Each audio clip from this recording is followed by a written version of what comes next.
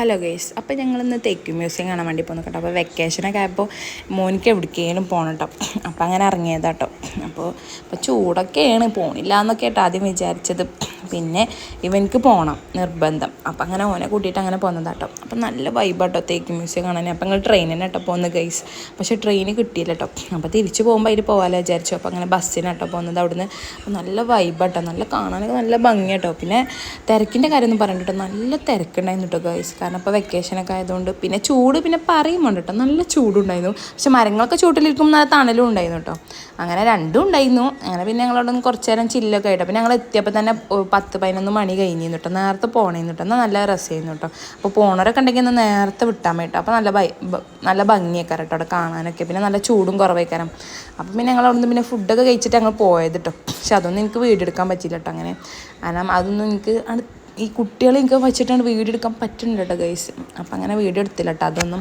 പിന്നെ ഞങ്ങളവിടെ കുറച്ച് നേരമൊക്കെ ചില്ലടിച്ച് പിന്നെ മോനിക്ക് കളിക്കണ സാധനങ്ങളൊക്കെ കിട്ടിയപ്പോൾ പിന്നെ ഓൻ കളിക്കണ തിരക്കായിട്ടോ. അങ്ങനെ ഓൻ കളിക്കലൊക്കെ കഴിഞ്ഞതിന് ശേഷം ഞങ്ങൾ പിന്നെ ആയിക്കൂടി ഇങ്ങനെ നടന്നിട്ടോ. ഞാനും മീൻപാടെ കുറച്ച് നേരം അങ്ങനെ നടന്നിട്ടോ.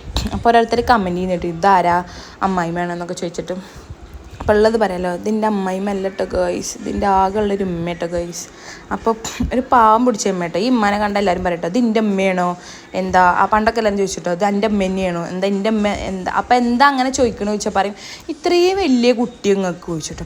അപ്പോൾ എൻ്റെ അമ്മ ആൾ ചെറുതാട്ടോ. അപ്പോൾ എന്താ ഇത്രയും വലിയ കുട്ടീനെ. അപ്പം ഞാൻ പറയും ചെറുതെന്നൊക്കെ അല്ലേ വലുതുണ്ടാവുക എന്ന് പറയട്ടോ. അപ്പോൾ ഇന്നിങ്ങനെ കലയ്ക്ക് പറയട്ടോ. അപ്പം ഞാൻ പറഞ്ഞില്ല എന്തെങ്കിലും തെറ്റുണ്ടോ ഗൈസ്, ഇല്ല പറയാമല്ലോ, ചെറുതെന്നല്ലേ വലുതുണ്ടാവുക.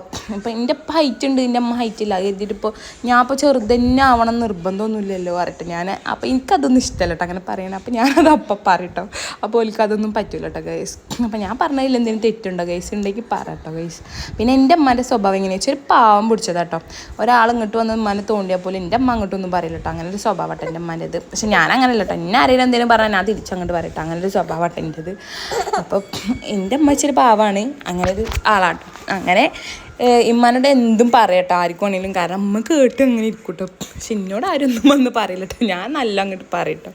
അങ്ങനെ എൻ്റെ സ്വഭാവം അങ്ങനെ ആയിപ്പോയി, എന്താ ചെയ്യുക. പക്ഷേ എൻ്റെ അമ്മക്കൊരു വ്യത്യാസം എന്താ വെച്ചാൽ എൻ്റെ അമ്മക്ക് അറിയാത്ത ഒരാൾ ഇപ്പോൾ അവിടെ റോട്ടിൽ വീണ് നടക്കുകയാണെങ്കിലും എൻ്റെ അമ്മ പോയി പിടിക്കൂല കേട്ടോ. കാരണം എൻ്റെ അമ്മക്ക് അങ്ങനെ പിടിച്ച ശീലമല്ല, എൻ്റെ അമ്മക്ക് അറിയില്ല. പക്ഷെ ഞാൻ നേരെ തിരിച്ചാട്ടോ.